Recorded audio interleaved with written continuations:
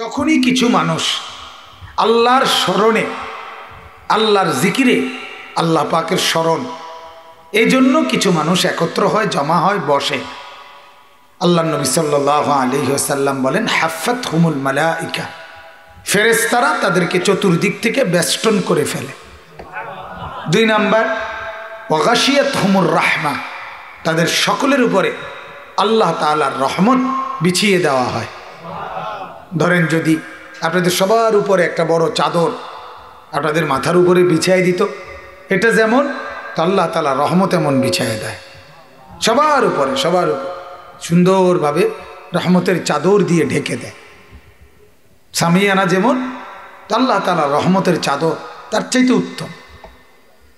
3 number, ওয়া নাযালাত আলাইহিম সাকিনা, আল্লাহ তাআলা সাথে সাথে যে লোকগুলো বসছে তাদের জন্য অন্তরে, তাদের দিলে প্রশান্তি, তৃপ্তি, সাকিনা, শান্তি ঢেলে দেয়, নাজিল করে। এজন্য যখনই আপনি কোনো কোরআনের মজলিস, হাদিসের মজলিস, জিকিরের মজলিস, আল্লাহ ওয়ালাদের মজলিস, জুমার বয়ান, কোনো ওলামায়ে কেরামের বয়ান, কোনো মাহফিলের নসিহত, দাওয়াত ও তাবলীগের সাথীরা যেখানে বসে ওইখানে কোনো বিষয়াদি, আপনি যখনই এরকম কিছু ন্যাক কাজে বসবেন, দেখবেন সাংসারিক অস্থিরতা, পারিবারিক পেরেশানি এবং দুনিয়ার বিভিন্ন ঝামেলার কথা, এগুলো সব কিছুক্ষণের জন্য সরে যায়, মনটা আল্লাহমুখী হয়ে যায়, আখিরাতমুখী হয়ে যায় কিছুক্ষণের জন্য। পরে টেম্পার যে দূর থাকে, আল্লাহর দয়া তো থাকে, কিন্তু নগদ একটা কি আসে, ফায়দা হয়, একটা অনুভূতি জাগে কিছুক্ষণের জন্য হলেও, একটু হলেও ভাল লাগে, একটু হলেও মনটার মধ্যে অনুভূতি আসে যে কথা যাই বলে তো ভালোই বলতেছে হুজুরে, আসলে তো দরকার, আমি তো আসলে এগুলো করি না, এই যে দূর, এটাও লাভ, এইটাও তো লাভ। এটা তো আপনি বাজারের আড্ডায় পাইতেন না, পাইবেন চা দোকানের আড্ডায়, চা দোকানের গল্প শুনলে 3 ঘন্টা আপনার ভিতরে আখিরাত আর পরকালের কথা মনে আসবে। এই বন্ধু বান্ধবদের আড্ডায় হবে না, তো এটা কি লাভ না? আপনি বলেন লাভ। এজন্য আল্লাহ নবী সাল্লাল্লাহু আলাইহি ওয়াসাল্লাম বলেন, সাকিনা, দিলের মধ্যে শান্তি ঢেলে দেওয়া হয়। এজন্য এখানে অন্য কথা আলাপ করে না মানুষ, নিজেরাও পরস্পর আখিরাতের ভাবনা ভাবে, আর যারা বলে তারাও আখিরাতের কথা বলে। সাদওয়ানে গিয়ে আপনি একদিন দাঁড়ায় থাকেন, কি কয় চাচারা, জেঠারা, মুরব্বীরা কয়টা কি শুনেন, খুব সংসার, ফুলাগা বিয়ে দিছি, বউগা বালানা, ছেলেটা টাকা পাঠায় না, এরপরে মেয়ের জামাইটা সুবিধা না, একটা কাজ বিল্ডিং করবো ভাবছি, এটা গুছাইতে পারতেছি না, মানে এই জাতীয় কোনো না কোনো পেরেশানি, অস্থিরতা, হাহুতাশ, এগুলোই আলোচনা, এগুলোই দুনিয়ার অন্য জায়গায় আলোচনা। আর এখানেই শুধু আখিরাত আর পরকালের আলোচনা সব সরে যায়, আখিরাত দিলে বসে যায়, এটাই সাকিনা। সাকিনা, আল্লাহ তাআলা সব সরাইয়া দেয়, দুনিয়ার সব বন্ধ, শুধুই আখিরাতের ফিকির, আখিরাতের ভাবনা।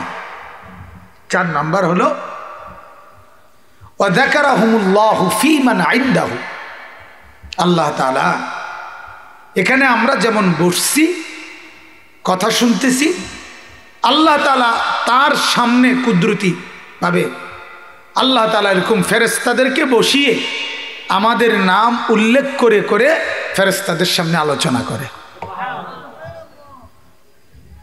আপনি এখানে বলবেন, বসবেন, সেখানে আল্লাহ তাআলা আপনার নাম ধরে ধরে ফেরেশতাদেরকে বলবেন, দেখো আমার এই বান্দা, এই বান্দা, এই বান্দা, সে আমার নাম বলতেছে, দেখো একটু পর পর সুবহানাল্লাহ পড়ছে, আলহামদুলিল্লাহ বলতেছে, নাউজুবিল্লাহ বলতেছে, এরকম বিভিন্ন কিছু বলতেছে, আমার কথা ভাবতেছে, আমার কথা কল্পনা করতেছে, আমার আখিরাত নিয়ে চিন্তা ভাবনা করতেছে, এগুলো তখন আল্লাহ আমাদের নাম উল্লেখ করে বর্ণনা করে, সুবহানাল্লাহ। তো আমার ভাই, এ তো 4টা লাভ, ফেরেশতা চতুর্দিকে বেষ্টন করে, আল্লাহর রহমতের চাদর ঢেকে নেয়, অন্তরের মধ্যে শান্তি ঢেলে দেওয়া হয়, নাজিল করা হয়। আর আল্লাহ তাআলা ফেরেশতাদের সামনে আমাদের নাম উল্লেখ করে। এটা হলো একটা, 4টা ফায়দা। আচ্ছা, এরপরে যখন মজলিসটা শেষ হয়, কি শেষ হয়? মজলিস মানে বুঝেননি, যেখানে সবাই বসে, এটারই আরবিতে মজলিস কয়। তো এই মজলিসটা যখন শেষ হয়, যে আমরা যেখানে বসছি এখন, কিছুক্ষণ পরেই মুনাজাত হয়ে যাবে না? তো আমরা সবাই যার যার মতো কি হয়ে যাব? উঠে যাব। এ যখন উঠে যাইতে শুরু করে, তখন আল্লাহ তাআলা ফেরেশতাদেরকে বলে, ওরা এখন উঠে যাচ্ছে, এতক্ষণ আমার বান্দা, এরা আমার স্মরণ করছে, আমার নাম, আমার বন্ধুর নাম, আমার কোরআন, আমার রসুলের সুন্নাহ, এগুলো নিয়ে আলোচনা করছে। এখন তাদের আবার অন্য প্রয়োজনে চলে যাচ্ছে। তো আমি এতক্ষণ বসার বরকতে ফেরেশতাদেরকে আল্লাহ বলে, তোমাদেরকে সাক্ষী রেখে বলছি, আমি আমার এই বান্দাদেরকে মাফ করে দিলাম। হাদিস, বিশুদ্ধ হাদিস, মুসলিম শরীফের হাদিস। তখন এমনও ফেরেশতা আছে, উনি আল্লাহরে বলে, ফেরেশতারা, আল্লাহ সব মাফ করে দিলেন, আপনি কি জানেন এখানে এমন লোকও আইছে যে মূলত বয়ান শুনতে আসে নাই, আপনার নাম শুনতে আসে নাই, সে দিনই কোনো জজবা নিয়ে আসে নাই, সে আসছিল একটা লোকের ডাকতো বুল্লা, শুনছে যে হে মাহফিলে বইয়ে রয়েছে, এখন আইয়া দেখে এমন জায়গাত বসছে সামনে, ওখান থেকে ডাক্কা উঠানো সম্ভব না, এই জন্য ফেসে ফরিয়া পিছিয়ে বইয়া রয়েছে। কথা বোঝেন নাই? এমন কি বিপদে পড়ে বইছে। অথবা তার বন্ধু বসছিল, তো সে আসছে, তারা ডাক্কা নিত, সে জোর করে একদম ঠ্যাং ভেঙে গেলাম, ওটা উড়িস না, বয় ফাজিল, একটা দুটো কথা ভালো শুনতে বইছি, তোর কামরানির কারণে ফাটতেছি না, বয় বইয়ে থাক। তো সে খসর খসর করে ডাইনি বামে চায়, মানে শেষও হয় না, হুজুরও বাড়ি কি শুরু করলো, কথা তো বুঝিয়ে এবার শেষ করে দিলে তো হয়, কথা বুঝছেন না? তো সে তো এই মাকসাদে বসে নাই। ফেরেশতারা এরকম বলে আর কি, ইন্নামা জাআ লিহাজাতিন, আল্লাহ আপনার এমন বান্দাও এখানে আছে যারা জিকিরের জন্য আসে নাই, আখিরাতের ফিকিরেও আসে নাই, হাজাতিন লিহাজা, দুনিয়াবি কোনো প্রয়োজনে আসছিল, তাদেরকেও মাফ করে দিবেন। আহ, রব্বুল আলামিন হাদিসে কুদসি, সহিহ হাদিস, আল্লাহ নবী বলেন, আল্লাহ তাআলা বলছেন, শোনো ফেরেশতারা, আমার প্রিয় বান্দারা যেখানে একত্রে বসে আমার আলোচনায়, সেটা এমন মজলিস, এটার বরকতে, আমার এই নেক বান্দাদের সোহবতে, সাহচর্যের বরকতে আমি কাউকে বঞ্চিত করি না, সবাইকে দিয়ে দিই। কাউকে, যে মাকসাদে আসো, আমার নেককারদের সাথে বসছে তো, আমার দিনদার কিছু লোকের সাথে বসছে তো, যাও, এর বরকতে হুমুল কওমু লা ইয়াশকা বিহিম জালিসুহুম, আল্লাহ তাআলা বলেন, প্রিয় বান্দা আমার এমন, এরা এমন হয় যাদের সঙ্গীও বঞ্চিত হয় না, সঙ্গীও কি হয় না, বঞ্চিত। এক বুজুর্গকে বলছিল একজন যে হুজুর, নেককার বান্দার কবর যেখানে, ওই কবরের আশপাশের কবরের উপরেও নাকি আল্লাহর রহমত হয়, বরকত বর্ষিত হয়। তো ওনার কবর তো ওনার কবর, তো ও ওদের সাথের কবর তো সাথের আলাদা কবর, ওইখানে কিভাবে বর্ষিত হয় নেককারের কারণে, এটা তো বুঝলাম। তো উনি বলতেছেন, আচ্ছা পরে বুঝবে, আগে আমার গরম লাগতেছে, আরো 3-4 জন মানুষও বসা, তুমি আগে হাত পাখাটা দিয়ে বাতাস করো, কুদ্দুর পরে কম, আগে ঠান্ডা হয়ে এলো। তো সে হাত পাখা দিয়ে ঘুরাইতেছে, বাতাস করতেছে। তো 2-4 মিনিট পরে ওই বুজুর্গ বললেন, আচ্ছা বাবা বলো তো, তুমি বাতাস করতেছো কাকে? আপনাকে। আচ্ছা, এই যে বাতাস করতেছো, এটা যে আমার সাথে যে 3-4 জন বসা, ওরার গায়ে লাগেনি? কহ লাগে তো। তোমার গায়ে লাগেনি? কহ আমার গায়ে অত গুদুর গুদুর লাগে।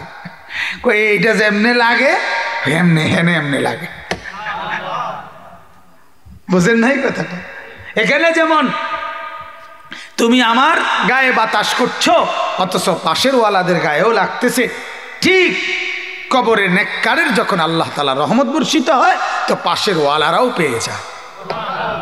এজন্য বাপ, ভাই আমার, দোস্ত আমার, ছেলেরা, বন্ধুরা, নওজোয়ানেরা, বাবারা, সব সময়ে কথা মনে রাখবেন, আস-সুহবাতু মুতাআসসিরা, আরবি ভাষার একটা মূল নীতি এটা। সাহচর্য প্রতিক্রিয়াশীল, এটার বাংলা, শুদ্ধ বাংলা অর্থ হলো, মানে হলো যে যার সঙ্গী হয় তার আসর প্রভাব তার উপরে পড়ে। এটা বাস্তব কিনা কোন কথা বলেন না? একেবারে বাস্তব। যে যার সঙ্গী হয়, যার সঙ্গী যে, তার প্রভাব তার উপরে পড়ে, তার প্রতিক্রিয়া তার মধ্যে হয়। সে যখন 5 জন লোকের পাশে আপনি বসছেন, সাথে আপনি 5 জন চারিদিকে আপনার পাশে বিড়ি খাচ্ছে, আপনি মাঝখান দিয়ে বুঝি জোনায়েদ বাগদাদি খায়, আমরা বুঝি না। এই যে প্রতিক্রিয়া হবে, কমপক্ষে আপনি বিড়ি খাবেন না যে তারা বিড়ি খায় আমি খাইছি না। তবে এটাও মনে রাখবেন, বিড়ির দুর্গন্ধ হইলেও সহ্য করতে হবে, ঠিকই না বলেন না? দুর্গন্ধ হইলেও কি করতে হবে? সহ্য। এত দুর্গন্ধ সহ্য করা, এটাও কি ক্ষতি না? কথা বলেন, এটাও কি ক্ষতি কি না বলেন? আল্লাহ নবী সাল্লাল্লাহু আলাইহি ওয়াসাল্লাম বলেন, কামারের দোকানে গিয়ে যদি তুমি বসো, তাহলে প্রথম কামারের দোকান, কামার বোঝেন তো, কামারের দোকানে তোমাকে উদ্বোধন জানাবে, রিসিপশন করবে ধোঁয়া দিয়া। উদ্বোধন করবে কি দিয়া? তোমারে রিসিপশন, অভ্যর্থনা জানাবে ধোঁয়া। নাকে মুখে কতগুলো কি ঢুকবে? ধোঁয়া ঢুকবে। এরপরে যদি তুমি বেশি সময় কিছুক্ষণ বসে থাকো, হয়তো দেখবা কিছুক্ষণের মধ্যে হয় কাপড়ের কোনা, এক কোনা কয়লার আগুন দিয়ে ফুরিয়ে গেছে, নয়তো লুঙ্গির কোনা ফুরিয়ে গেছে, ঠিক কিনা বলেন না? মানে একটা না একটা ক্ষতি তোমার হবেই হবে, একটা না একটা। কিচ্ছু না হইলেও ধোঁয়াটা, এটা হলো সহ্য করতে হবে। আচ্ছা, আতর, আতর বিক্রেতা, আল্লাহ নবী সাল্লাল্লাহু আলাইহি ওয়াসাল্লাম বলে, তুমি তার কাছে যাইবা, সে প্রথমে ঢুকেই আতরের ঘ্রাণ তোমার নাকে লাগবে, তো তোমার প্রথমেই অভ্যর্থনা আতরের সুঘ্রাণ দ্বারা সে করবে। 2 নাম্বার, যদি তুমি তার কাছে কিছুক্ষণ বসো, তাহলে হয়তো আতরের ঘ্রাণ পেতে থাকবে, আর নয়তো কিনে নিয়ে তোমার ঘর পর্যন্ত সেই ঘ্রাণ পৌঁছায় নিয়ে যাবে, ঠিক কি না বলে? তাহলে এখানে লাভই লাভ, এখানে লাভই লাভ, ওখানে লসই লস, কিছু না কিছু ক্ষতি ক্ষতি। এজন্য ভাই আমার, বন্ধু আমার, ছেলেদেরকেও বলি, বাবাদেরকেও বলি, মুরব্বীদেরকেও বলি, মুরব্বীরা যার সাথে মুরব্বী সাইজের বসেন, সেই লোকটা নেককার কিনা এটা দেখে বসা ভালো। তার সাথে নয়তো না বসা, বিড়ি খায় এমন ফালতু লোকের সাথে না বসা, কথায় কথায় গালি দেয় এমন বাজে লোকের সাথে না বসা। এত ফালতু লোক কথায় কথায় মিথ্যা বলে, কথায় কথায় ঠাট্টা করে, মস্কারি করে, ফাত্রামি করে, বেহুদা কথা বলে, এটা কি ভালো লোকের মজলিস? কথা বলেন না, এটা ভালো লোকের সাহচর্য? ছেলেদেরকে বলি, ভাই আপনারাও যে বন্ধুকে পাশে নিলে দেখেন, আপনি সে হয়তো মোবাইলে উলঙ্গ ছবি দেখাবে, নয়তো নাচ দেখাবে, নয়তো কার্টুন দেখাবে, নয়তো গেমস খেলা দেখাবে, নয়তো কোনো মেয়ের গল্প করবে, নয়তো নিকৃষ্ট বাজে, এত জঘন্য, এত নিকৃষ্ট বাজে কথা ছেলে ফেলে মুখ দিয়ে স্বাভাবিকভাবে স্বতঃস্ফূর্তভাবে বের করে। আমার মনে হয় মাঝে মাঝে যে মানুষের বাচ্চা না অন্য কারো বাচ্চা, এটাও সম্ভব।